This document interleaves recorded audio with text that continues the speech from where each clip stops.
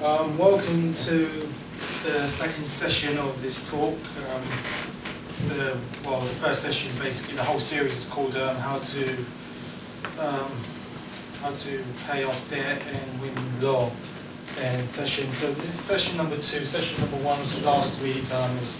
Was titled Spiritual Principles of How to Get Remedy. In this session, I'll be talking about what is a spiritual creditor and debtor, and a typical convention of spiritual creditor and debtor is a typical definition of a creditor is someone that owes a debtor money. So it's really really simple. It's really simple, easy to grasp, to understand between a relationship between a creditor and debtor. But we'll talk about concepts such as spiritual and creditor and debtor, and it's a way of speaking, a way of living, and how you're going to conduct yourself. And the way I'm going to conduct myself in the future is actually refer to this kind of references as creditor and debtor, and I'm going to actually break it down. What is a creditor and debtor? Because in each and every session afterwards, I'll be mentioning creditor and debtor quite a lot. So I expect everyone to know when I say creditor and debtor, I don't mean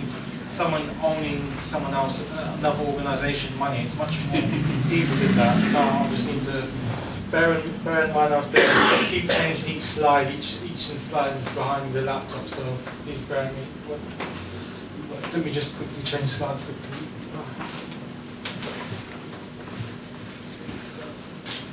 This is future class session. So after this weekend, sorry it's a bit cut off because of the thing off, but basically just says future class sessions.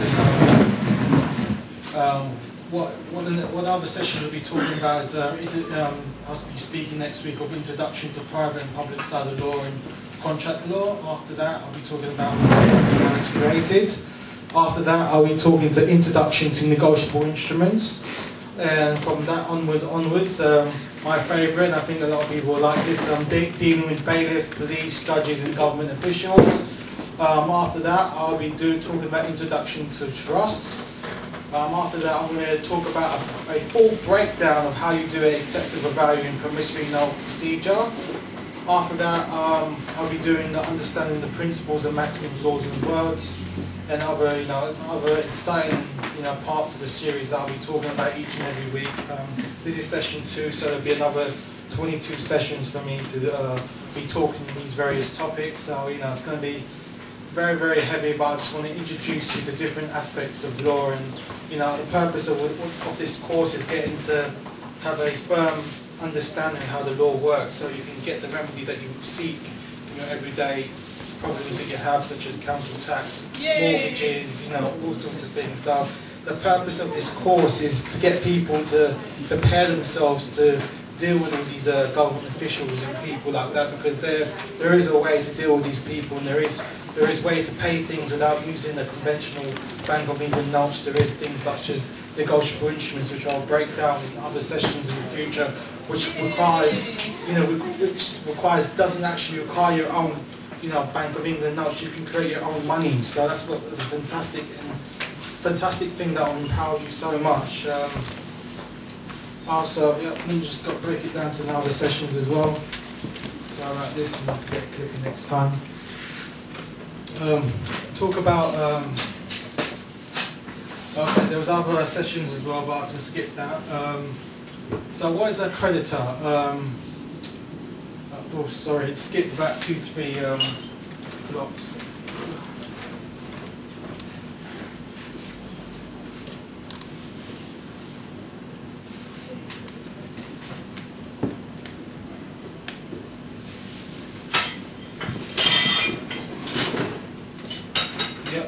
Just want to introduce you to other aspects of it. So this will be the other sessions after, or that'll be sessions 13 to 24. So things such introduction to natural law, tort law.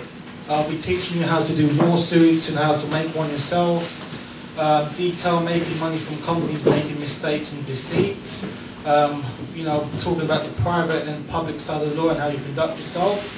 I'll also be talking about introduction to asset protection assets, such as trusts and corporations, so you can protect your assets. So when you die, you don't need to have the state taking all the money and assets from you.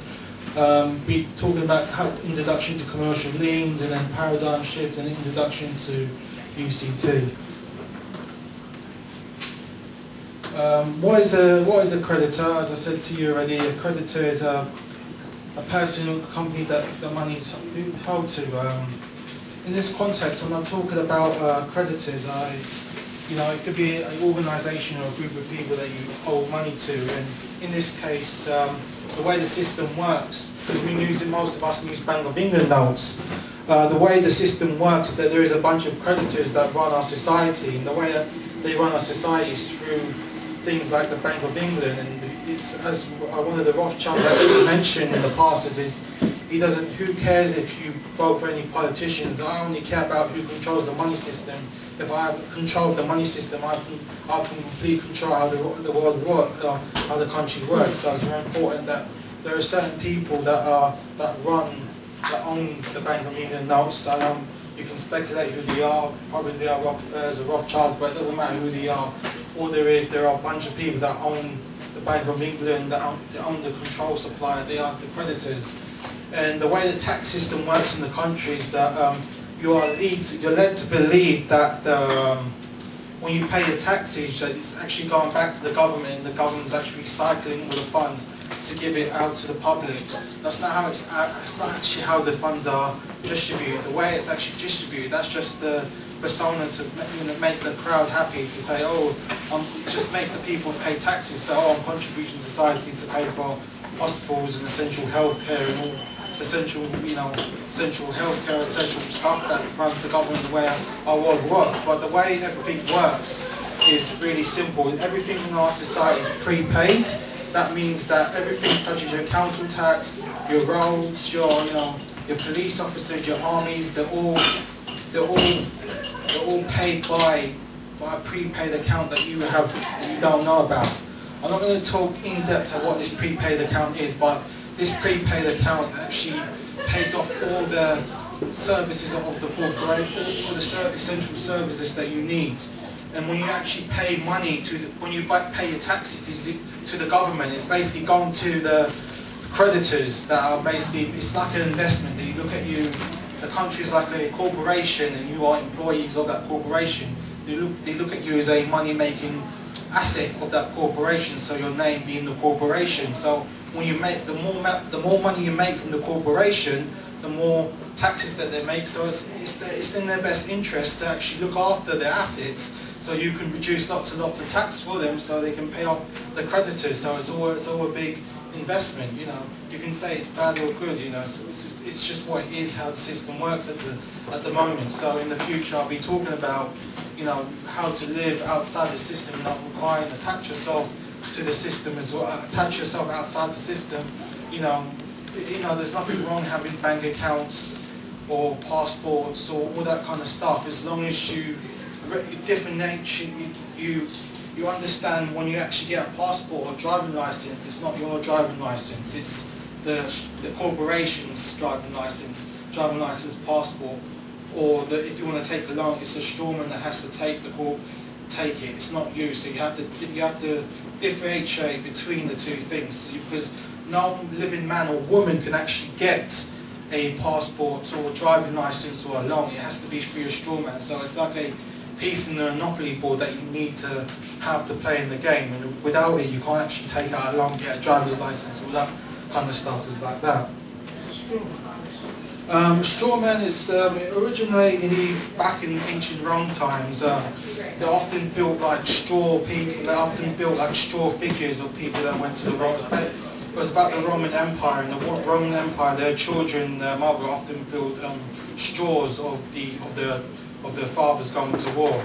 So it basically symbolised it's not really you. It's like a corporation that's not owned by you. It's like a separate entity that has been created from the offset when you're born, when your mom and dad basically created a birth certificate that was two of your name, basically your natural name being fresh in blood and your name being separate. So it's basically when you registered with the birth certificate, it basically creates an account creating the straw man and woman, and your parents are used as informers to raise you until 16 years old, that's when you get your national insurance card. So your parents are chosen by the state to be your informers to raise you, because you're young and you can't deal with your own affairs. So they let your parents deal with your affairs until you're 16 years old.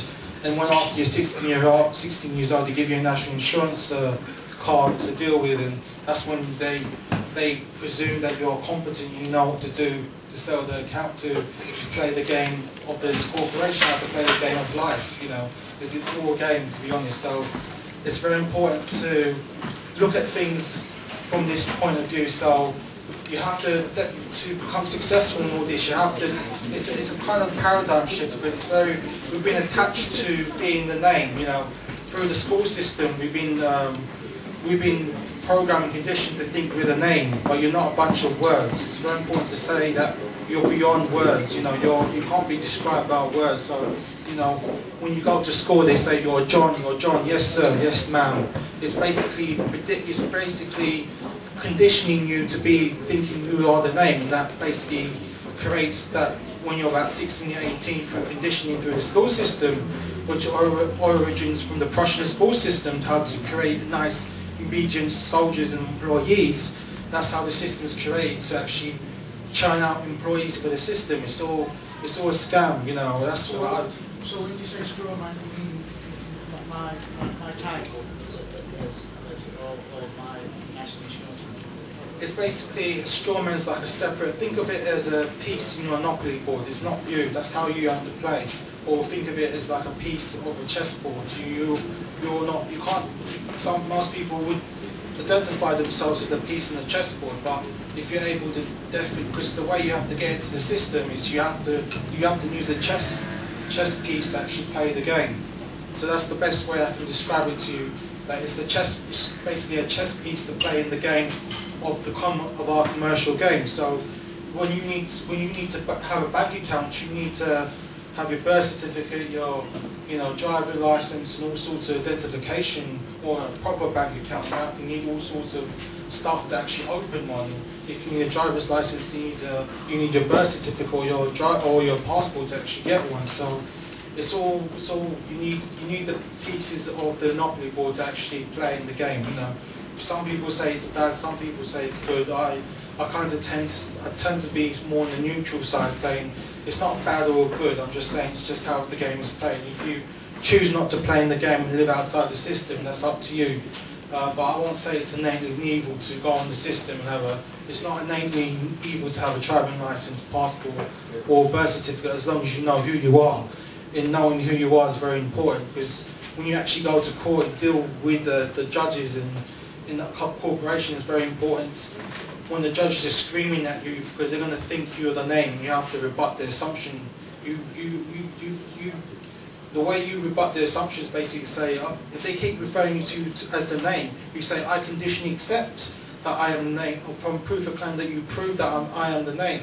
And they can never do that, because when you can't, it's very difficult to prove something, and when you actually say that to the judge, it's basically a counter offer saying, I am not the name, so I accept that I'm the name upon condition that you show me I am the name. And they have to rebut the assumption, which you can never do, because a very good definition of the word identify is to make the one the same.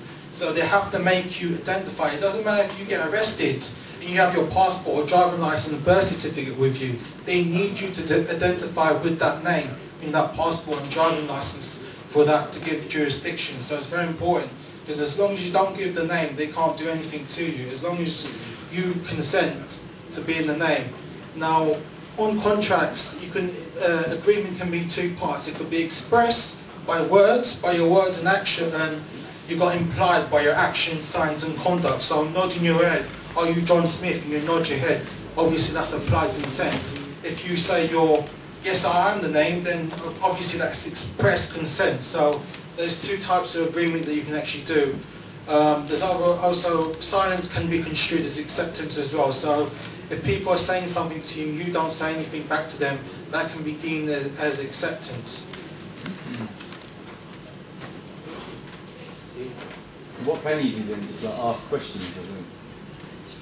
Yeah, just ask questions. If you do get arrested, for example, the best way to get out of it is to ask the police officers to actually ask for the original charging arrest warrant, because they need to have the arrest warrant, because all crimes in this country is commercial. So every crime that you deal in this country, it's all commercial. It's not about, for example, if someone kills someone, they don't really care if the flesh and blood actually dies. They only look at it from a strictly economical point of view. They just lost another asset that creates lots of money for us to pay the creditors all their money with you. So it's very important that when the government sees you like that, they look at you as that money-making asset. So if you die, for example, they don't really care. They'd probably be slightly disappointed that you're not going to make slightly less money, but the way it works is basically you conditionally accept what they say to you upon condition that they produce you the original arrest warrant for my inspection, so we can settle this matter now. If then I demand to be let out of this premises and let go. Now, why do you need the arrest warrant? Well, the arrest warrant is the document that's holding you in prison or in custody. Now, if you can actually get the original arrest warrant, because they're going to test you for like 48 hours to 72 hours. If you conduct yourself properly and not give jurisdiction in that 48 hours and 72 hours, they will have to let you go. There is tricky things such as taking your DNA and fingerprinting in your photograph.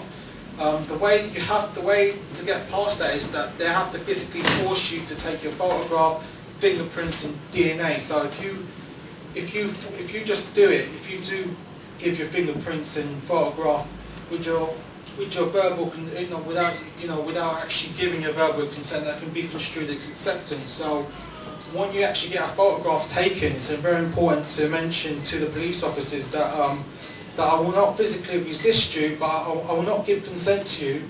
However, I will not physically resist you or fight you or argue with you if you physically force me to take a photograph, a fingerprint or DNA.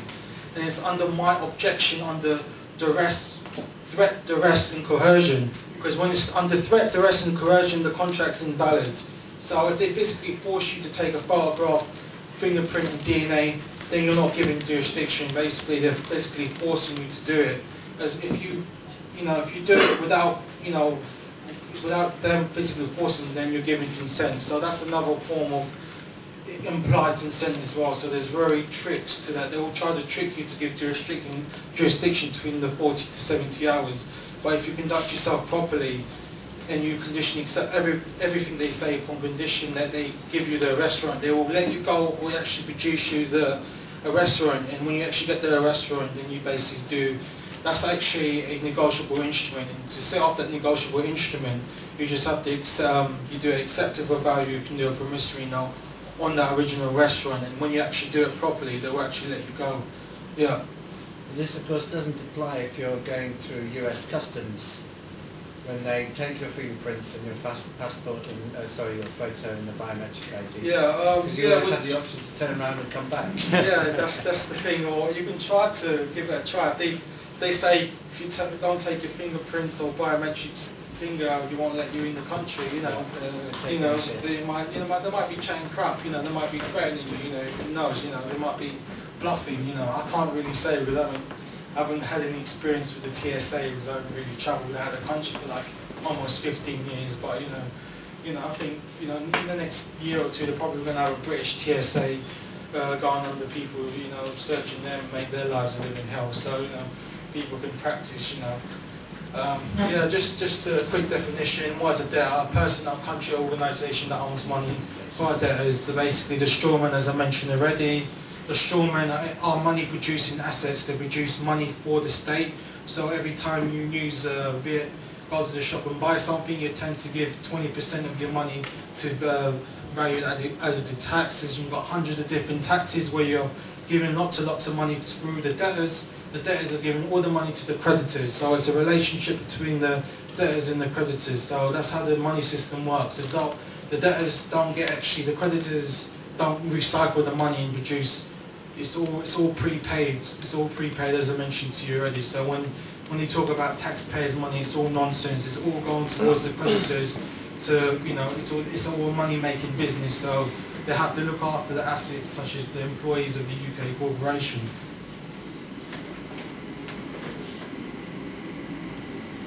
Last week I was supposed to actually name these quotes as well.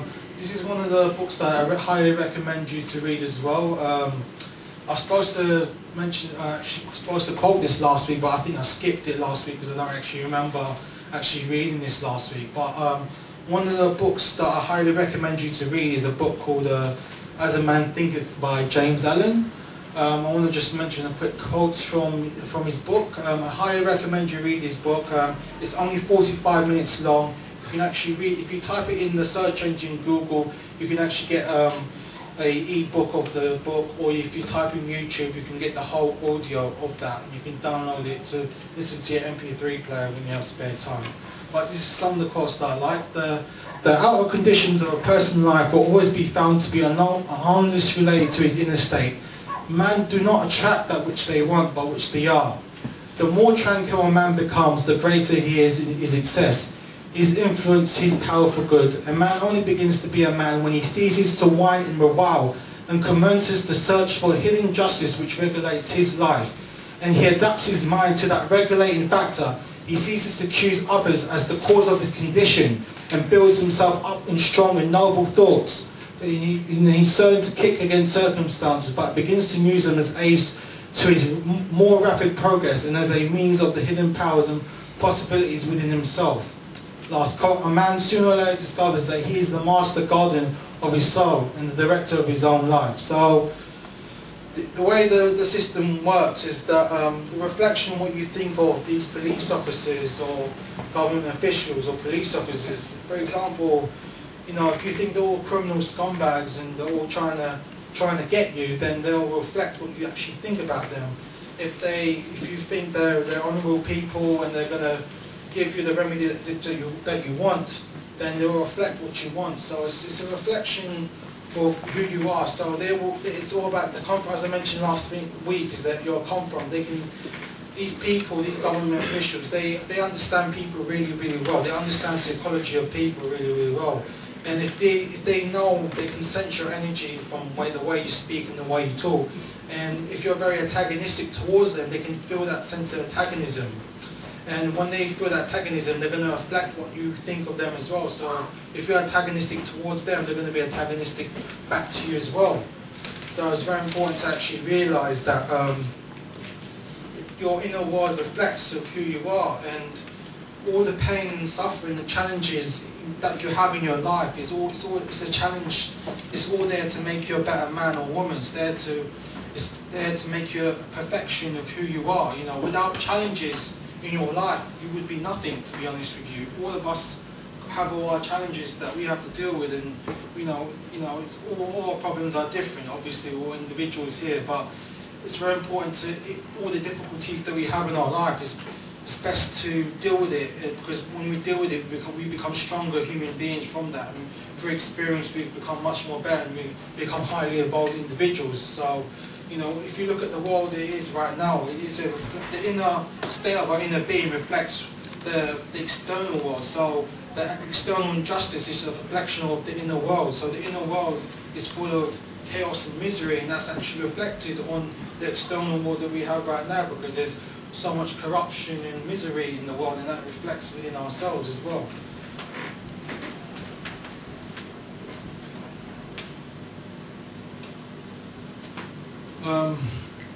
What is a spiritual debtor?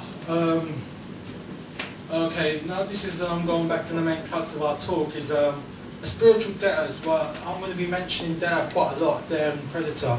And when I'm actually referring to debtor and creditor, I'm actually referring to this kind of concept what I'm talking about here. So a debtor blames someone or a group of people for the way they are. So if you don't get the remedy that you don't get in court, you blame the judge or the police officer or the solicitors. It's always easy to blame, but to put power into power, the more power you have in controlling your life, the much more sovereign you have in your life. So if I tend to contend, if you don't get the remedy that you seek, it's something that you did wrong. It's not what the judge said or the police is trying to trick you or scam you. You know, they have to test you to see who you are. They can't just let anyone in the system go in there, and there has to be a verbal test. And you know, in some cases such as credit cards or small debts, they tend to not. You can tend to settle the debts using a negotiable instrument, which I'll talk about in later sessions, and they tend to leave you alone. But big things such as a mortgage or a council tax, or the big things that are going to any loan over 10 grand, they're going to actually challenge you and take you to court, even if you do the private administrative procedure. So there will be a test to see who you are, and you know, after this test, if you pass the test, you will get the remedy that you seek. So characteristics, another characteristic of a spiritual debtor is one that never takes responsibility of their own life. They always blame, particularly, you know, as I said already, they blame someone else, they blame the parents, they blame a particular race of people, you know, it's all sorts of cop-outs, and you know, it's always this blame factor, blame the government, blame secret societies, blame Freemasonries, you know, it keeps going on and on. Third aspect is whining and reviles, and basically complains and moans about how evil the government is. You know, you can keep talking about how evil the government is in our society, but what are you actually doing about it? You can go watch YouTube videos and watch, you know, Alex Jones or David Icke and get entertained all day. You know, thinking that you're beating the system watching YouTube videos all day, but you're not really beating the system watching YouTube videos all day long. What the practical application of this is going out and do something productive, such as growing your own food, or you know, stop shopping in Tesco's, or stop buying Chinese slave goods, which is very difficult in this day and age because everything's made by Chinese slave goods. But you know, buying good healthy food, watching good healthy media, TV programs, music videos, you know, the circumference of conference within your own, what can you control around you, you know. There is a lot of garbage in the society. If you've seen the recent music videos, it's been absolutely horrible, you know. So, you know, you have a choice. It's all contract. You can accept buying the latest Jay-Z or Rihanna video, or you can listen to, you know, classical music, or types of music that are more, you know, much more reflection of what you're in your state of being. Also, another side is follow everyone else. So consensus trance, everyone's following everyone else. Get a good job, get high grades, get a good degree, and get a high paid job for 40, 50 years. Don't question the media, don't question authority at all. Just follow the herd, you know. Also, another aspect is scarcity thinking as well. So scarcity thinking is a lack of everything.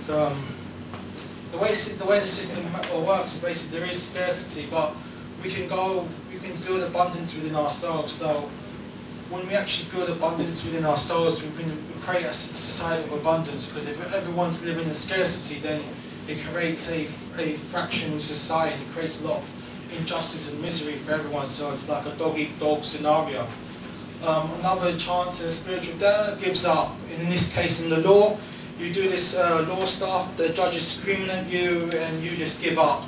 You know, you bow down to pressure with your friends and family, because your friends and family will not get this stuff. They will probably reject you. They just probably think there's a lot of nonsense, a lot of rubbish, and they're just gonna throw every single thing they can see. Even, you know, as the future progresses, I'm gonna actually build a podcast and actually get people that actually do it properly, and actually get the recording of people who actually done it correctly, and actually record it and show people that this can be done. You know, people in America have actually been doing this kind of stuff, you know, not giving their name and doing it for 48, 72 hours, and they've been let go of prison, or not go, well, let go of custody. So it's about, you know, having faith, and there's that points me out to the next bullet point, which is lack of faith. If you need to have faith that you're going to get the remedy, because it's going to be hard within that 48 hours and 72 hours. You know, it's going to be very, very, very intimidating. That's when you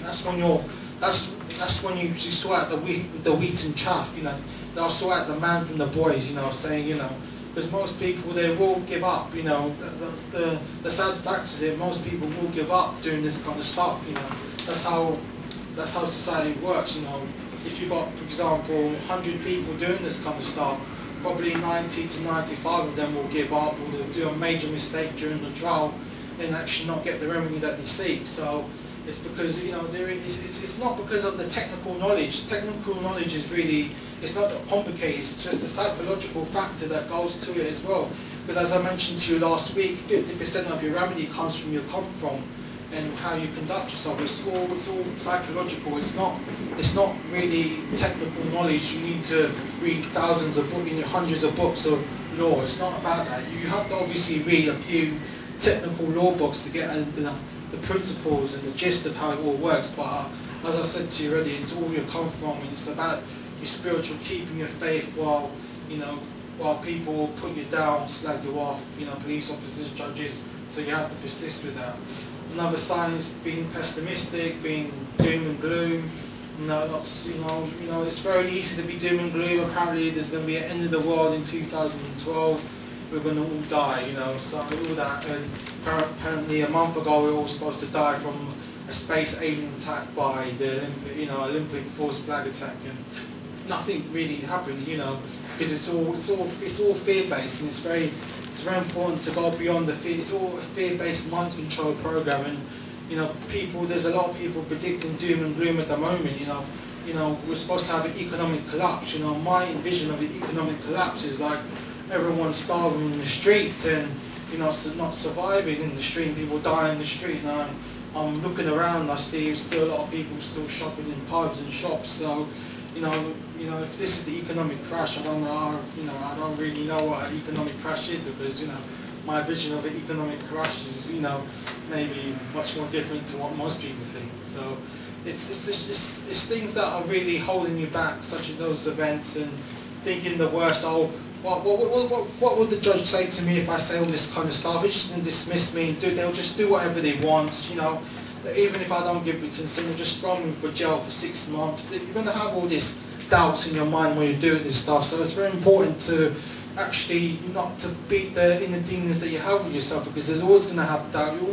Every time you do go to court, or every time you deal with these people, you're always going to be nervous, because we're conditioned to believe that we need to, you know, answer the questions that the authorities give us, and don't question what they say to you. So it can be very intimidating. So, you know, after this session, when I actually complete me speaking, I'll actually do role plays with people. I think one of the people was going to speak about how the money system works, and you have options to stick around to listen to and speak, or if anyone wants to be sticking around and do role plays, obviously you can't speak too loud, you have to be a bit quiet and speak softly. But each and every week we'll be doing court role plays in each and every session. So court role plays such as I'll play as the judge and you play as the defendant in court, and basically practice. I'll give you tips how to conduct yourself in court and getting the remedy that you seek. So it's very important to practice your lines when you go to court. You can't just, you know, listen to audios and read books and not practice saying this stuff, because it's like an actor, you know. His actor has to say his lines, has to practice several times before he actually can produce, because it's like a play, and it's important to actually memorize your lines, and you know, practice makes perfect, as the saying goes, you know. So I do recommend people stick around. If they want to do a court role play, I'll be around when this talk's finished. So yeah. Another aspect is negativity. So if you're negative and you're always thinking negative, then you're going to reflect what the negative is. Rejection of what is and focus on what should be. What that means is the world is a reflection of who we are, of our inner state of being. So all the injustices that's happening right now is just what it is. It's just what it is, you know. The world that's reflected of who we are, because this, where the society is curated is a reflection of who you are. What you want is completely irrelevant. Who you are is a reflection of who you are. So the society that you curate is a reflection of who you are. So that they don't care what you want or don't like. It's who you are that reflects to the society that you have.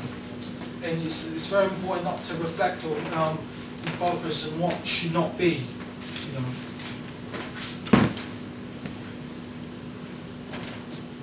Now another aspect is what is a spiritual creditor? A spiritual creditor is, as I mentioned to you already, is the complete opposite of a debtor. So in this example, he always corrects himself. So If he makes mistakes, and don't get me wrong, you will make mistakes doing this kind of stuff. You're not going to be completely perfect when you actually do this stuff. So it's very important to actually mention to you that if you do make mistakes, there's nothing wrong with that. You know, as long as you make mistakes and you correct the mistakes, that's what the most important thing is, to correct the mistakes that you do. And when you keep improving on the mistakes that you made, eventually you're going to have a time when you actually do it completely perfect. And there is nothing wrong making mistakes. You will get mistakes dealing with bailiffs, you know, all sorts of people. So there's nothing wrong. And always just learn from it. You know, as Albert Einstein say, it's completely, you know, insanity to keep doing the same thing, complete the same thing under the same kind of consciousness that's creating the problem in the first place. So it's very important to constantly reflect what mistakes are made and how can I redeem myself, and next time I will learn from that, and next time I won't make that mistakes. Another aspect of a creditor is they take responsibility of their own lives. They don't blame other people for who they are. They constantly believe that they are the people they have around their lives is a reflection of who they are. So they take responsibility. So any bad things that happens to them, they take responsibility. They don't blame anyone for the predicament they are in. And there's also another aspect of contemplate, which parallels with always corrects on oneself. And the most important aspect as well is govern oneself. As I mentioned the Roosevelt quote last week, it's either you govern yourself or it'll be externally governed for you. So it's very important, as I mentioned to you already, that you need to govern yourself, because if you do not govern yourself, because there is a presumption in our how the system works that you're incompetent, you do not know how to deal with your own affairs. And it's actually mentioned in a law document mentioning when you actually hire a solicitor, you are actually incompetent, you are imbecile, you can't deal with your own affairs, and you're basically a ward of the state. So that basically means that you do not know, you're incompetent, you're an unsigned childlike mind when you actually hire a solicitor. So that's why they shove a solicitor down your throat. In most cases, when you get arrested, they'll try to shove a solicitor down your throat because they'll create a presumption already that you are an infant child, you don't know how to deal with your own affairs, and the judge will look at you as a child and can deal with that. So it's very important to get rid of the solicitor ASAPs. Now, in future sessions, I'll be talking about how you actually get rid of the duty solicitors or solicitors they shove down your throat. Another aspect of a creditor is abundance. So, you know, if you live your life based on abundance, then it'll reflect to the world that you create as well. Persistence as well. You have to be persistent. Because if you're not persistent doing this stuff, you're not going to get the remedy that you seek. So you need to be persistent with this kind of stuff. You can't just have a superficial interest in this stuff, because you need to do a lot of studying. As the course begins, I should have a slide, but this is actually a 24-week course.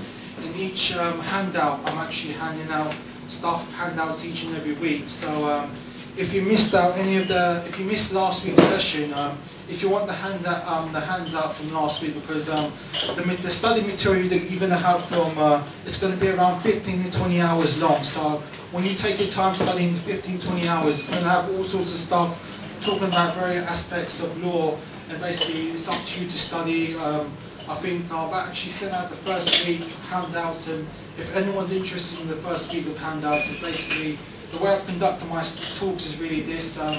Me speaking is basically £3 for me to speak. So if you just want to hear me speak, and that's it, it's £3.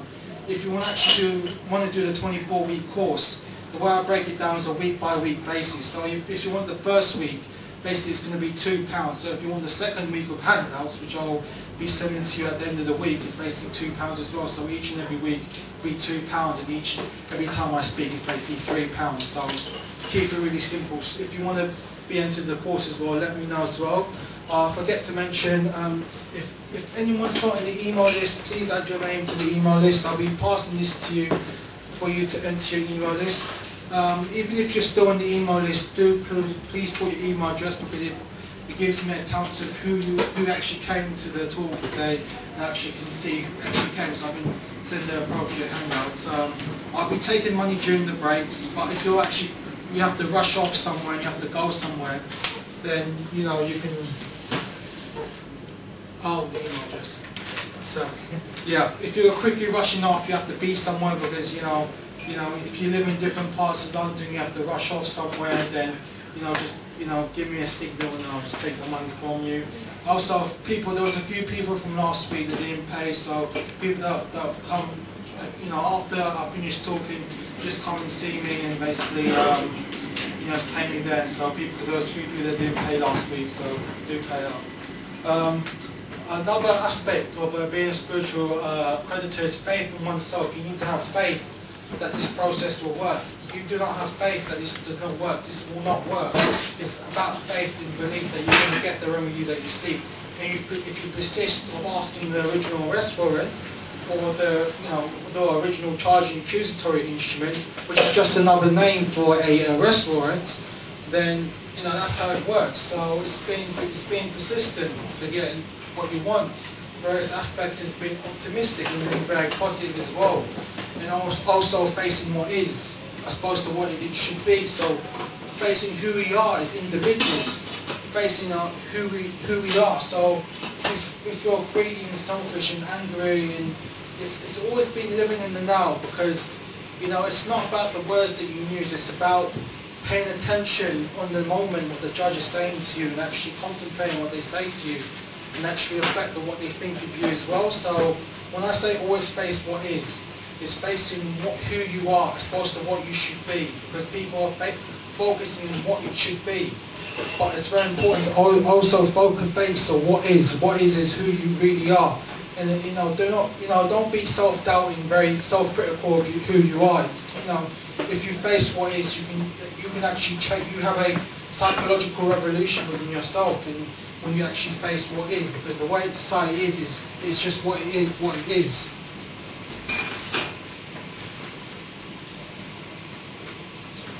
I'll see you later. The external injustices. This is the kind of injustices that people have in society at the moment. So things such as war, there's lots of wars going on at the moment, there's corruption, there's greed, you've got politicians as well, hypocrisy, school system, vaccines, media, diversions, division as well. So these are your typical external injustices as well. And what can we actually do to provide remedy for each of those 8 categories of the external injustices? Let me just go through the next slide to actually point that. In the reflection of the inner world will reflect the outer world. So if you moan and revel that there's war all the time, you always deal with the war that you have within yourself, because we're all going through a war within ourselves. If you have inner harmony with yourself, peace, that's great. But the vast majority of people are having a internal war within themselves. So it's very important to deal with the wars that they have within themselves. If you complain that there's too much corruption in the world, then it's just a reflection of who you are on the inside, because you need to deal with the corruption within yourself as well. If you complain there's too much greed in the world, you need to face our inner greed within ourselves as well, because we know different, all the worst things that happen in the external world is a reflection of the worst of ourselves. And dealing with in a contradiction, dealing with the politicians in your life. And what do I mean by politicians in your life? I don't mean the typical MPs that you have in the Houses of Parliament. Most people you meet in your life, there will be politicians in your life as well. There will be lovey-dovey to you face to face, but deep down they don't really care about you, and they're just playing a role. It's like a mask, it's a persona, how it works, and they don't really care about you that well. And you're going to come across people in your life that reflect. You're going to have fake people around your life as well. So the people that tend to be loving and lovey-dovey, and when you actually look at their actions, it's contradicting who they are. Because I tend to find that as well. I tend to find it with the people that I tend to have people within the contradictions. People when I'm out of harmony with myself as well. So I only meet people that if there's any disharmony with myself, I'm also going to meet people that are going to. I give it best space on it. There are people that will kick me up in the backside to deal with my own inner house, because if you're not able to deal with your inner garden, people, external people will come up to you and kick you in the backside to get you where you are today. So if you have inner disorder within yourself, it's important to actually deal with it and basically get rid of the negative people, the vampires you have in your life. I call psychic vampires, as one says. If you complain that there's too much hypocrisy in the world, it's get rid of one hypocrisy. So get rid of the hypocrisies that you have in life. This is each and every one of us. We are creditors and debtors. We've not been creditors all our lives, or be debtors. Or most people are debtors in our lives. And how we deal with it is to be creditors, to take responsibility of who you are. Because after this session, I'll be talking about more technical knowledge. So I'm only going to have 3 sessions on spiritual, come from the spiritual principles. So the other 21 sessions will be more technical knowledge. So I'd emphasize why I actually picked this.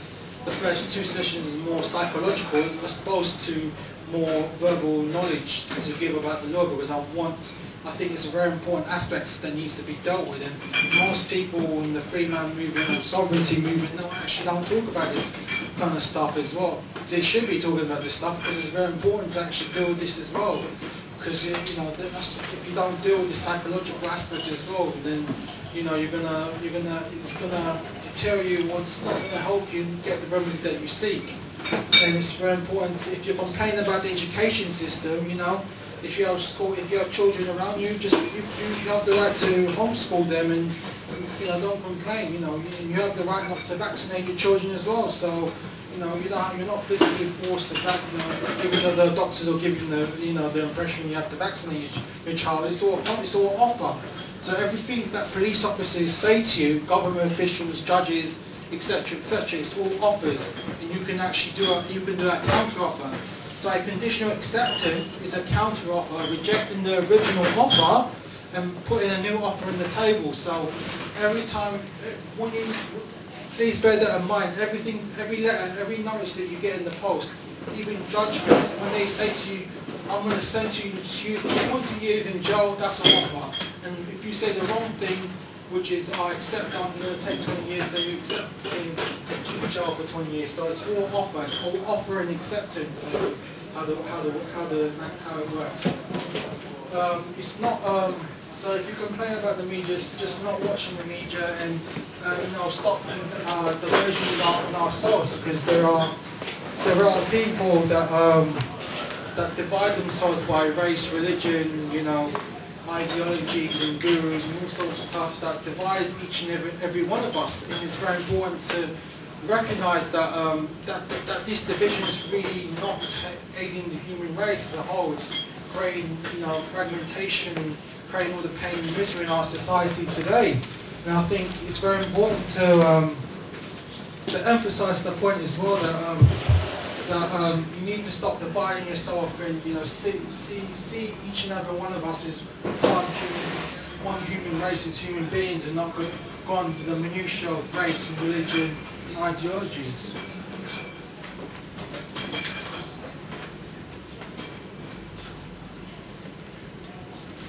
The purpose of this session, as I mentioned to you already, is that all sessions from this point forward, I'll refer to people getting it done wrongly as debtors. People that get it done correctly as creditors. So when I talk about debtors and creditors, I don't mean someone owning money. I really broke it down when I talk about what I mean by creditor and debtor. So the creditor is someone that does it right, and the debtor gets it wrong. So for example, creditors don't make statements. They don't make statements. They don't reason. They justify or explain, because that's going door forward, which is an argument. Creditors ask questions. They do counter offers. They always answer questions, because asking is. I like the definition of the word asking, because it's basically breaking down as in the capacity of the king. So when you ask a question, it's in the capacity of the king. And if you answer a question, you are dethroning yourself, because you are the sovereigns. You are kings and queens of your own dominion. And the system will try to dethrone you by answering questions, giving up your consent, all that kind of stuff. So it's very important to realise. This creditors and debtors stuff, it's not a spiritual status, so don't run around saying I'm a creditor, because if you say you're a creditor, it's most likely you're not a creditor. So it's just a way of living. It's not saying, oh, I'm a creditor, I'm better than you. It's just what it is. Because most people at the end of the day cannot govern themselves, and there's nothing wrong with that. People want to have the minutiae of the 9 to 5 rat race and want to enjoy the garbage of the media and the garbage, the crap that they listen to in their everyday living. So it's up to them. You can't physically force them to do anything else. You know, they want to be governed by David Cameron and Nick Clegg. Let them be governed by Nick Clegg and David Cameron. It's up to them. And if they want to believe in the minutiae or drama or mirage or political elections, let them believe that mirage. But they don't understand this. When they pass laws in the Houses of Parliament, any statutory acts, it doesn't apply to you. It only applies to your straw man and straw woman. And if you only give your consent to that, that's when you give jurisdiction to those statutory laws that they give to you. So it's very important, ladies and gentlemen, to actually not worry what the politicians do to you, because they can't do anything to you unless you give your consent to them. And you know, all of us have been, as I mentioned to you, been creditors and debtors in our lives. It's very important to realise we're not being pure creditors or pure debtors. There's always going to be creditors and debtors in our lives. Even I'm going to be debtor, you know, some aspects, some days I'm going to be a debtor, some days I'm going to be a creditor. But the only way I can empower myself is to be much more a creditor as time progresses, as I grow older and become much more wise, and hopefully be much more better as a human being, to be a creditor and take responsibility, as I mentioned in this talk. And it's a distinction, because it's when a debtor is someone who's out of harmony with the highest law form, which is the highest law form in our world, in our universe, is the natural law. The natural law is the highest form, the highest form of law that we actually have. Can you actually hear me?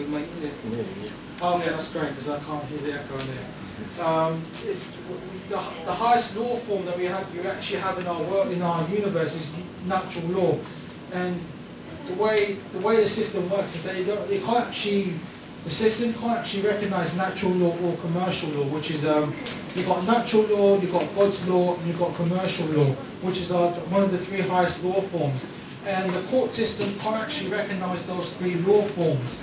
And you've got below that, you've got common law, statutory law, and bylaws. So those are the 3 laws that the courts actually recognise. So when you actually go to court, you're going in the highest form of law. You're not going to the lower forms, because they can't recognise your law. And when you actually do your private paperwork, you're not going there as a British citizen. You're going there as a foreign diplomat, doing your own foreign judgments, because we as individuals have right to be courts. We are all individuals of courts. So when a police officer speaks to you, or when you get a letter sent to your post saying you owe £10,000 or £5,000, that is court. So it's very important to distinguish. Court doesn't start when you go to a courtroom. It starts when you get a piece of paper in the post saying you owe this amount of money, or when a police officer says to you, what is your name? That's when court starts. So you need to get the distinction in your mind. Court starts. And one of the definitions of court is a residence of a sovereign. So a resident of a sovereign could be anywhere. I could contract now. A police officer could come in and say you're under arrest for doing these talks is illegal and all that kind of stuff. Is that's very important to distinguish as that.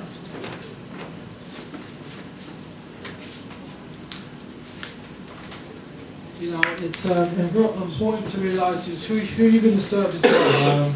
Are you going to serve the universe? Some people say, what's the universe? It can be implied as gods or angels or whatever you want to say. I tend to say universe. Some people say it's gods, whatever your belief system, whatever it is. But you can't, it's very important, you can't serve 2 masters. As you can actually see in countries such as North Korea, there is no morality in that country, because they worship man, Kim Jong-il or whatever that guy is, the god, he's the god, so they're serving man ultimately, and look at where it's heading to them right now. It's the most tyrannical country in the world. So to destroy morality of the man, they have to distinguish you, to cut you off from the rest of the universe and the rest of mankind. So it's very important who you're going to serve. Are you going to serve man, or are you going to serve the universe? So you can't serve 2 masters. Choose which one you want to serve at the end of the day, because That's the most important thing when you're going to serve man or community. I'll be talking, let me just quickly check the time because I do have a time limit of about an hour. Okay, I'll be finished within the next 5 minutes. I'll skip this for next week because I'm almost done. Yeah. It's alright, Chris, if you want to do it at school, they're going to... Oh, okay, that's fine, okay. Yeah. That last slide looks interesting. Oh, okay, then let me just go Chris, back to it. Yeah. that last slide looks interesting. What was the last slide? Revolver, talking about revolver. Oh, okay, then let me just talk about that. Okay, let me just quick do a movie review of the movie of Revolver. When you do get the handouts, I do highly recommend you watch this movie. I'm gonna put it in the movie. I'll get a link of the movie and actually give it as handouts to you. So I do recommend to actually watch this movie called Revolver. And what the movie is all about is basically a guy named Jake Green. He's played by a guy played by Jason Statham. And what this movie is all about is basically all about you. It's you. You are the greatest enemy. It's not something external of you. It's something internal. And the movie talks about the aspect of dealing with your inner self, because your greatest enemy is not something external of you. It's yourself. It's your ego. And the movie actually emphasizes quite a lot. So this movie is just this guy. The way the movie progresses, basically this guy's ego is causing all the trouble and misery that actually is causing all the pain and suffering that he actually has in the movie. Because the way the movie is actually portrayed is basically he's a gangster, and he's a gangster that comes out of jail because he used to work for one of his employers, which is played by Ray Liotta, which is a Dorothy Macho, and he's like one of the most powerful gangsters in the movie, and he's a very powerful guy. Jake used to work for Dorothy Macho, and basically he goes back to the casino to confront him, and after they can have a game of poker, Dorothy wants to kill Jake. And the way the movie progresses, he meets these two people, and they're played by Vincent Pastor and Andrew Benjamin, so they're Sack and Ivy. And Sack and Ivy is a physical representation of the deviation arts, which is Kabbalah, and Sack and Ivy are representation of the tree of life in Kabbalah. I'm not expert of the deviation arts, but Sack and Ivy are representation of the tree of life in Kabbalah, because the film was written by Guy Ritchie, and it's obviously then married to Madonna, and he was very, very into Kabbalah and all the deviation arts back then. And Terence Maynard's played by Paul French, but Zack and Ivy are basically representation of the Kabbalah tree, and they reflect on what Zack is. And there's one amazing scene that I highly recommend you see. I'm actually will put it up in the handouts when I actually have time. I'll send it out by the end of the week. But they're actually playing golf in the rooftop of this big massive building, and they actually reveal to him, who's your greatest enemy? Is it you? Is it me? Or is it something external of you? And in this movie, there's a like an ultra secretive gangster, one of the highest gangsters in the movie. There's a guy called Sam Gold. In this movie, Sam Gold is some secretive ultra gangster that's one of the higher. He's the boss of this gangster world. And Zack and Ivy actually breaks down who Sam Gold is. Sam Gold is this in the criminal world. Everyone's petrified of this guy called Sam Gold, because if you mess with Sam Gold, your life's gonna be made a living hell. You're gonna die straight away if you mess with this guy called Sam Gold. They don't know who this guy is. He's some mystical guy that no one knows about. And what Zack and Ivy describe is that this Sam Gold doesn't actually exist. Sam Gold is an imagination. It's basically a representation of fear. And the most powerful thing that Zack and Ivy says to Jake Green is that you are not the enemy. We are not your enemy. Your ego is the greatest enemy. And Sam Gold is basically made up to enslave the masses of who they are, and that can actually affect who Sam Gold is. You can replace Sam Gold with, Freemasons or the evil Illuminati. It's how much power you have in these external organized the true power comes from within yourself, not these external organisations, because you give away the power that you give away. And what they actually say to you is that people give away their power from Sam Garza because of the fear and reputation that he has before him. And they actually say in a very powerful way, the more power you have in the criminal in Sam Garza's world, the less power you have in the real world, which basically means is that the more power you have in the structure of the secret societies or the Illuminati or your MP or politicians, the less power you have in the real world, and the more power, the more control that you have in your life, the more power you have in the real world. So it's saying to you that, you know, the criminal gangster world that we talk about, the government or secret societies, it's basically you get less power. The more power you have within yourself, the more control you have in taking responsibility, such as, for example, if you have a divorce, if you have a relationship breakdown, taking responsibility. It's easy to become a man's right activist and say, oh, it's feminism's fault, she got brainwashed by feminism and F her, you know, that kind of stuff, screw her. It's taking responsibility of who we are. We take, as creditors, we take responsibility of who we are. So if things such as divorces happen or that's something that actually happens to us, it's something that we cause within ourselves. And so this movie talks about, towards the end of the movie, Jake Green actually deals with his ego, and it's a very powerful, it's in there actually in the elevator scene, and he's actually stuck in the elevator and he's fighting his own self, he's fighting his own ego. And when he's fighting his own ego, he's actually fighting his ego, and when he actually conquers his own ego, he doesn't have any fear of this criminal gangster anymore, which is Matcha, because he was very scared. When he actually dealt with his ego, he had no power over him, and he could sense that as well, and he couldn't do anything about it. To summarise the story about, you know, I'm actually not giving away how the movie works, but I'm giving the main crux, the main story, how it works. So I'm not going to spoil it how it all works, but it's a very powerful movie, and I do highly recommend you do read it.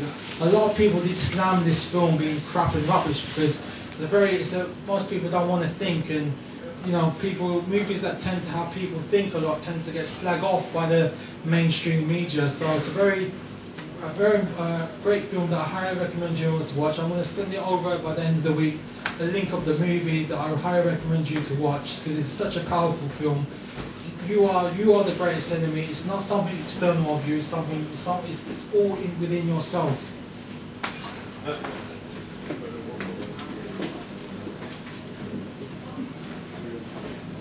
As I mentioned to you last week, I do recommend you reading the books that I recommend you to read. When I actually finish speaking, if you want to look at some of the books, because I have books of As a Man Thinketh by James Allen and the Oxford Dictionary of Law. I can't actually give you a spare copy because I only got one copy for myself, but I do recommend you can get As a Man Thinketh by James Allen. It's free to get in the internet. I'll send you a link of it through the handouts. We've got Oxford Dictionary of Law. I'm going to try to send you another law dictionary which you can get free on the internet called Strude's Law Dictionary. And Strude's Law Dictionary is like the equivalent of Black's Law in this country. It's like a UK version of Black's Law Dictionary, but it's a UK version, so you'll get all the UK definition of words, and all the university students are using Strude's Law Dictionary to get their vocabulary of legalese. Because if you don't know this already, the word of law, the word of legalese is completely different to the standard definition of English. So when they're speaking to you in court, they're not speaking to you in English, they're speaking to you in legalese. It's a different language altogether. So I recommend you, when you actually do get a copy of Oxford Dictionary of Law or Strude's Law Dictionary, I'll send out, but hopefully by the end of this week or next week, to memorise 1 or 2 words a day. Now, if you do memorise 1 or 2 words a day, at the end of the year, you're going to have a vocab of over 500 words, so you'll have a basic, good understanding of legalese, because even though it's the English language, it's not the English language. So I do recommend you do get Oxford Dictionary of Law. Another book that I actually sent out a few days ago is a really good book, an introduction to how the games play. It's called Invisible Contracts by George Mercer, and it talks about contracts, how you actually contract with the state. did you know that if you actually own a bank account, you're contracting with the state, you're giving jurisdiction that you consent to the law as well. So you're deemed to be a UK citizen when you actually have a UK bank account. When I have money right now, I'm deemed being given jurisdiction, but it's very important as well to mention is that when you use money as well, you're given jurisdiction as well. When you have, for example, marriage is regulated by the state as well. So the reason why people, the government are able to kidnap so many kids is because it's just a merger of the UK corporations merging together, and they can do anything with those corporations as they want. The best thing to do is get private marriages, because private marriages is the way to go, to be honest with you, because marriage is a government benefit, and it's a benefit that I do recommend. And if you do get married, I do recommend you do get a private marriage, because private marriage, you can dictate the contract of your marriage. So if you divorce, worst case now you divorce, you have a 50-50 50-50 custody of the children. If you go to your convention court, they'll probably most likely take your children away from you. And if your wife doesn't like you, you can have the power to never see your child ever again, as you can know from the state. So I do recommend people, people do get married in the future, do get a private marriage. And if you do register yourself within the system, do register yourself as being single, because your marriage is outside and within the system. So things like government, passports, birth certificates, they're all contracts, and it breaks it down how you give consent to that by, waiving benefits. It talks about benefits as well. So if you have a benefit such as, for example, if you're in custody and you willingly accept the benefit of taking the prisoner clothes, you give consent. Unless you rebut the assumption that it's under threat, duress, and coercion, then if you actually willingly take the clothes from the custody clothes from the police officer, you're giving consent, because you're taking a benefit from them.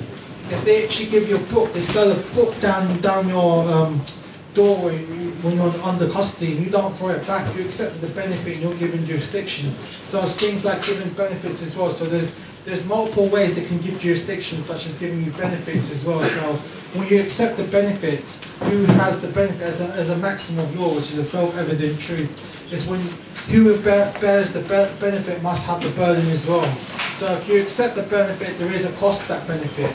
In this case, if you take prison clothes or a book from the police officers, that can be construed as consent as well. There's audios that I recommend you doing the handouts. So people that want to do the handouts, if people want handouts from last week, as I say, do give me £2, additional £2. If you want the handouts from this week, it'll be £2 as well. So every talk, I want to correct myself, when I speak, it's basically £3. So if you don't want to do the 24-week course, you don't have to do the 24-week course. Do indicate to me which one wants to take the course. So if you do give me £3, it's assumed that you're just paying for me speaking. If you want to pay the additional £2, obviously it's for the additional 24. It does require you to actually do a studying of 15 to 20 hours each week. So I'll be giving you 15 to 20 hours of stuff to do, and that's lots of time for you to do stuff. So do take your time. If you throw away the distraction of TV and stuff like the TV, you have plenty of time to do lots of studying. If you do that for 6 and 7 months, I promise you this, you will get a paradigm shift, and you will get what you want, and you will have a firm understanding how the law system works. So if you do the 24-week course, you will have a firm understanding of the law, and you will be extremely competent, and you're able to help anyone with struggling such as mortgages, debts, credit cards. So if you have any friends or family members that are struggling at the moment, you can actually help them set off debts when you actually learn from this course. So you're going to learn so much from this course, because you're going to get a good overview of all the different aspects of law. You'll be if you do the course, I promise you this, you're going to be a master whiz of the law, and solicitors and judges will be scared of you, because I want to give a nice story of a big success that I had recently. One of these, there was a legal contract, a legal mortgage, not a legal contract, it was a legal exchange of property that was happening with one of my clients. And basically they're willing to take a bankrupt, because for you to actually sell a house, you need a TR1 contract. And this TR1 contract was illegally signed, it was fraudulently signed. and basically so it was a legal sale basically, and they basically what they tried to do is try to take away her property using a fake signature on this document. And what they actually did was a 2 or 3 year court case, and she was winning up to the point until she got skin cancer and one of her relatives actually died. And I actually came in a few months ago because she came to one of our talks, and she urgently needed help ASAP because they were going to take her bankrupt and actually willing to take her house. So a few weeks ago I actually sent them a notice, and it was a very powerful notice because if people mess with you, I'm not saying you be loving W, you can throw the book at them. And what I mean by them, you truly petrify them. And this notice really petrified them really so much, because it basically said to me, you're breaking the Frauds Act 246810. I'm going to use the Magistrates Act to prosecute us. I'm going to go to the magistrate because you have power to private prosecutions, and I'll talk about that as well. But I actually really broke it down to them, saying if you mess with her, you're going to pay a lot of money. I'm going to take you to court for over £500,000 if you take her property away from you. After that notice got sent, they actually withdrew the petition for bankruptcy as soon as they actually received the notice. So I actually got heard a few days ago when they went to court. They got rid of the bankruptcy just sending that notice, you know. So it does work, you know. When they're trying to screw you over, just send one powerful notice saying, if you screw me, I'm going to make your life a living hell, and I'm going to take you to court for millions of pounds or £500,000. It's not, you know, something a scary figure that will really intimidate them as well. So this stuff does work, you know. It's ongoing case as well. So it's the first major success I say, doing helping other people as well. So when you actually learn about this stuff as well, you can actually do this with your friends and family as well. So, you know, don't say you have the confidence. If you do have the time, do it, please.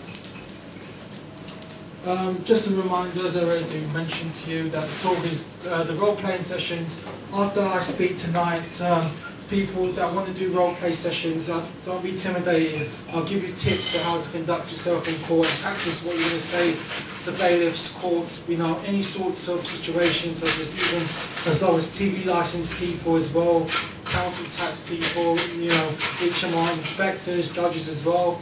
I'll be practicing with you to actually conduct yourself properly so you can speak with them. So each and every session after, if you want, we can get together a small circle and actually practice together to actually do it. So I'll give you tips how to conduct yourself. Don't be nervous with it, because practice makes perfect, as I said to you half an hour ago. So do practice role playing with each other. Well, I'll practice role playing after this session is done.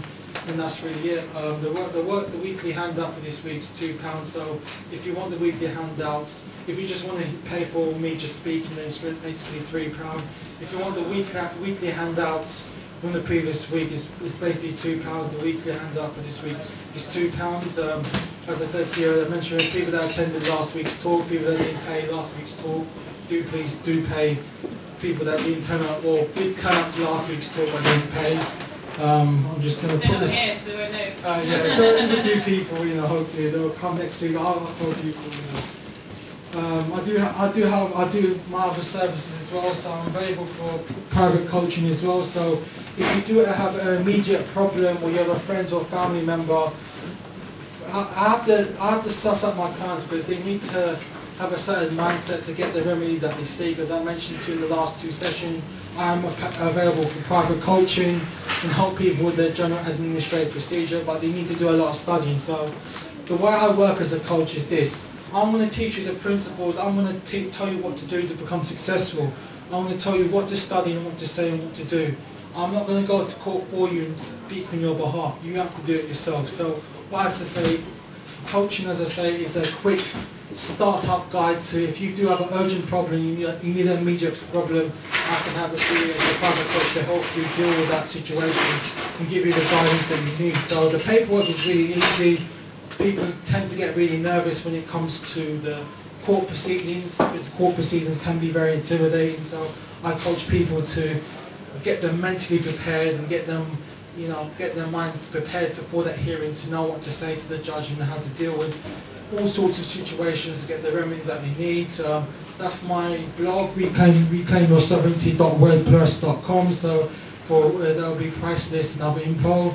My email address is reclaimyoursovereignty@hotmail.com. So if you know, even though you add yourself to the email list, you don't get the email, do email me and say, I was in last week's talk, but you didn't give me the emails. Probably if you don't get the emails because I couldn't actually read your handwriting, or my Hotmail said it's invalid email address. So we didn't pay. Or you didn't pay, yeah. You know. Let me just remind people of next week's talk. So next week's talk is next session is Thursday, the 20th of September. The usual starting time would be between 7:30. The talk will be between about an hour and a half to about 9 o'clock. We'll have about 5-10 minute break. And basically after that we'll do court role plays, like for example after this session. So the next session for this is next Thursday, 20th of September. It starts at 7:30 PM and finishes at 10:30 PM. It's introduction to private and public side of law and introduction to contract law.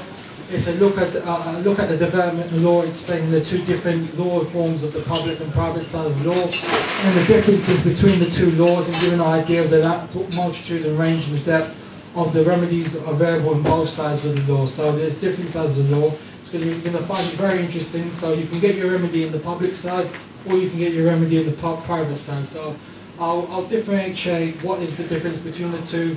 You have to play which side what you are. So for example, if you're going to break statutory law, you can't go on the public side of court because you will lose your case because you're breaking statutory law. So if you do break statutory, your straw man or straw account breaks a statutory law, obviously you have to go to the private side to get your remedy. So I'll talk about much more in detail how that works. I'll be talking about contract law as well, so do please read all the handouts. I'll be giving that all by email by the end of the week, so I'll be speaking, I'll finish speaking. If anyone wanting questions and answers, I'll be answering. Thank you, Chris. So I don't know who actually knows what we're talking about here. Does anyone actually know what we're talking about at all? Representing yourself in court. That's one aspect of it, yes. But basically, what Chris is an activist, has been through kind of many different things, particularly kind of 9/11 truth, anti-war stuff, you know, kind of normal stuff like that. But he's really kind of found his kind of home within the law movement at the moment. You can kind of call it the Freeman movement, the sovereignty movement, things like that. But basically, where people are right now is they've really understood that the fundamental aspect of our society is a monetary system, and really we haven't been told how the monetary system actually works, how money is created and how it actually operates, you know. So it is a big fallacy that we have a massive debt of approaching £1 trillion and that we owe that money back to the banks. The fact of the matter is that money is being entirely fabricated by a private banking system which controls our government and our media and leads us to believe that the only way to create money is by conjuring out of thin air, and that's okay. It's really not okay, and that's really what's causing destruction of the planet right now, because we have more debt in circulation, we have money, we have to continuously be on this consumer and consumption drive the whole time, which is pretty much destroying the planet. So until we break out of that, until we break through the debt-based monetary system or the fractional reserve banking method of creating money, until we break through that, then we pretty much can say goodbye to society and everything as we know it. Isn't that right, Chris? Yeah. So it's a fairly complex thing to learn, but this is a really amazing way to basically get yourself out of the clutches of the fascist banking system. And it is fascism, it is actually fascism. So the kind of money creation system we have and the banking system we have is straight out of a fascist. You know, I studied German history and German politics. It is classic fascism to the T. That's what we have in our so-called democracy. It's not democracy, it's fascism, and it is based upon private banking institutions creating our money supply. So you can go out on the street and take a placard and say, I don't want to pay my taxes, you know, or do any of those kind of things. You'll probably end up in a prison cell and won't get much further, you know. So what's being devised here is another administrative way that you can go about basically dealing with all of your debts in the public and avoid all of that kind of controversy. Because the thing is that the laws that are created that allow the banking system to create money out of thin air also apply to all of us. And that's because no one or everybody is equal under the law. So what's really happening here is the same laws that apply to banks are being taken now and demystified, because the thing is we're led to believe that there's only a couple of types of law, and that is statute law, which is what's passed in Parliament, and there's also common law. And statute law and common law are actually one of about 140 different law forms. but they don't tell us all the other kind of law forms because we might actually be able to seek a remedy in that, and they don't really want us to know about it. But there's a big movement going on in the country which is basically demystifying all of those different law forms. And statute law, even we're led to believe, you know, all the stats and acts and statutes, although that's the thing that's most quoted, actually it's probably one of the lowest forms of law. Other ones, including sort of trust and equity and all these ones, are much more important forms of law and very useful for us in terms of seeking remedy. But what you know, we found most kind of useful is really just a practical level of paying debts in the public. So we're not talking about, you know, Chris, I love your shirt, can I buy it off you for a £5? You know, I'm not talking about that. That's just a private contract between the two of us. We're talking about debts in the public, from corporations or from the government, you know, which are all operating fraudulently and criminally. You can basically remedy any debts that they throw at you, because to be honest, we should all collectively share as equal shareholders of UK PLC as registered in Scotland or whatever. We should collectively own all the wealth in this country, and we've got a huge amount of wealth in this country actually, an incredible infrastructure, incredible, you know, we haven't been invaded since 1066, you know, we've had a really consistent infrastructure in this country, and infinite wealth actually, you know, we're built on, like, for God's sake, a whole fucking slave empire, you know. Really, there's no excuse for us to be living under this fictitious thing called debt. It's absolute fallacy, it shouldn't exist at all. So basically what this is teaching us is ways in which to empower ourselves within the system. And once you actually start to see through it, as Chris is going to be explaining, once you start to see through it and empower yourself and understand that all of these corporations and government are there to serve us, not the other way around. But this is the general slave mentality that we've been told, that basically, we are subservient to government corporations.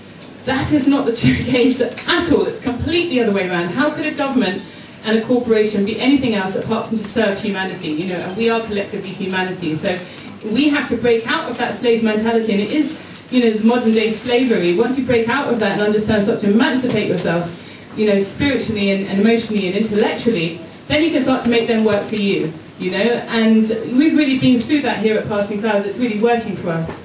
You know, we've been, you know, playing with a lot of these things, and it's really starting to work. You know, we paid our £70,000 tax bill with a promissory note. We have managed to turn around all of our business rates, you know. So a lot of this stuff, it's really, you know, all of our debts, our gas or electricity, all this sort of thing, you know, because really, we're working on a micro community level, which is the only way in which we can actually fix stuff in the world, is to take things back into the community and re-empower ourselves and localise the things that we need to keep ourselves alive on a local level. And so we start to do that, and we're not really going to solve problems, so it's important we do that. But they basically make it impossible because of all of the debts that we have to pay. So the more that we can push away the strong arm of fascism through these lawful methods, you know, and this isn't about ripping people off, this is the law, these are their laws, they just don't tell us about them. As soon as we start to do that and start to push away all of this corporate and governmental control, government being corporate as well, then the more that we can actually start to sort of free ourselves up on a community level and start to implement, you know, the sort of localised structures and localised production that we need to actually create sustainability, you know, on a local level. So it's really, really amazing what Chris, you know, to have Chris here teaching it is priceless information, really, that, to be honest, only gets taught in like tiny little pieces of like Oxford University and stuff. I understand there's only 2 places you can sort of learn things like trust and equity. Yeah, people that teach this stuff tend to charge about often £1,500 for like a 3-day seminar. People are charging to £500, £600 for this kind of stuff. So it's really priceless information. It really is, you know. And when you start to understand this stuff, then you really have a completely different understanding of the law, of the police.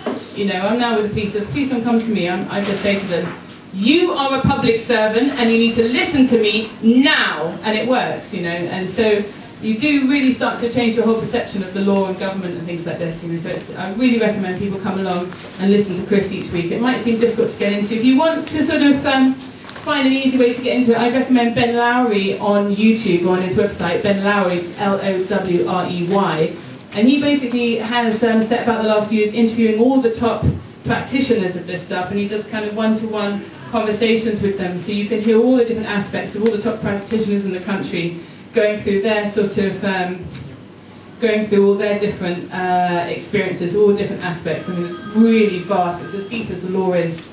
You know, that's how deep the subject is, obviously. So that's a good way to kind of get into it and see all the different characters. You know, there's a lot of amazing characters. Ben Lowry. I mean, there really are some fantastic characters in this movement, aren't there? You wouldn't believe it, some of the stories and stuff. Lowrey. So you can really kind of hear where people are at with that sort of thing. And the other thing is to remember that, you know, this isn't really just for people who just, you know, want to, you know, not pay bills so they can buy a nice fast car and sort of just keep contributing to, like, I don't know, greed and ego and things like that. This is really for people who understand what's going on in the system and really want to do something about it and move forward, because, you know, it's a battle. You know, we're constantly having to fight off bailiffs here. We love it, it's a lot of fun, but it does take up time and it's not for the faint-hearted. Although we did get a letter today from the bailiffs saying they've given up. So an actual official letter saying you win. Wow. You know, that was after 7 times. They came around 7 times, we fought them off 7 times, and then they wrote a letter. We called the police on them every single time. We had to teach the police the law every single time, but the police had to agree with us. Told the bailiffs to go, this is business rates every single time, and I've got an official letter from the bailiffs saying they've given up and they're not going to chase us anymore. We're not going to hear from them anymore. So, you know, you can have a lot of fun with it, but it's, you know, you get the heartbeat races sometimes, you know, when they're coming around, starting to take stuff out of the building. You know, it's a bit nerve-wracking, but fun, isn't it, Chris? Yeah. Anyway, anyone got any questions for Chris? Anyone got any questions? Oh, I got a question. It's like the first time ever. So yeah. So if you had a mortgage and you felt that you shouldn't pay it because of this reason you're talking about, people have had success doing that? It's up to you. It's a choice. I can only say if you can afford to pay your mortgage, then I recommend you do pay it. Yeah. If you are financially struggling, like you lose your job and you can't afford it, it's your last You're resort. facing foreclosure. You're like in the face of financial ruin, then I do recommend you do it. People have it's been mixed doing it. I think people done it properly, they'll get the remedy. They might still kick you out, but you have the power to go in the house again and break in and go into your house, and you have a cat and mouse. So it's not a definite, because I personally have not worked with mortgages, and people that are interested in mortgages, I could do it with people for free technically if they are brave enough. I could experiment and actually do that kind of stuff if people want to have it. So if any friends or family members that are struggling for foreclosure, I can give it a try. Personally, in my personal experience, I don't know, I've not done mortgages myself, but I've known people in the past, mentors or people that have done it and they've become successful so far. People that have done it in the past have got the remedy, but it's been a bit mixed bag. So I need to look at each and every case to see what made them successful and what made them unsuccessful. So, you know, it's just getting the numbers, getting people brave enough to do this kind of stuff, because I don't, you know, people need to be, it's very scary to do this kind of stuff. And I actually get one of my clients wants to do the whole shadoodle, the electricity bill, the water bill, the gas bill. They want to do it all in one go, and you know, I'll enjoy everything doing that kind of stuff as well. So, you know, I'll be doing that in the next few weeks as well, playing around with promissory notes and A for B and paying by your signature to pay off those kind of things. So it's fun. We even had people coming in a few months ago paying off their mobile phone bills and actually have a zeroed out account actually doing that as well. So I know a few people that have paid off their mobile phone bill using their signature to pay off their account. So there have been circumstances that where people have actually had a zeroed out account. Personally speaking, the administrative procedure that I've done this mainly with my student loans and credit card debts, NTV licensing, and the only deemed success is that they left me alone. So before I did the A for V process, they had bailiffs coming after me, chasing me. I believe I have a lawsuit that's pending on court right now. Actually, will be appearing in January for harassment for basically breaking my fee schedule. And a fee schedule, if you state in your notice that if they call you, you have the right to charge them a reasonable amount. It could be £50 per phone call, or £200. In my case, it's £200 per phone call. So I'll be taking them to court, which is CapQuest Debt Recovery Agency, and they stopped harassing me long time ago. But it's basically testing the ground to see if this actually works. And this fee schedule works. For example, 4 or 5 months ago, I actually some company sent me a text message and it's just saying, do you want to have a loan? And I just sent a few letters along, and I got a cheque of £700 just sending a few letters along. So well, I would like to do that. I'm sick of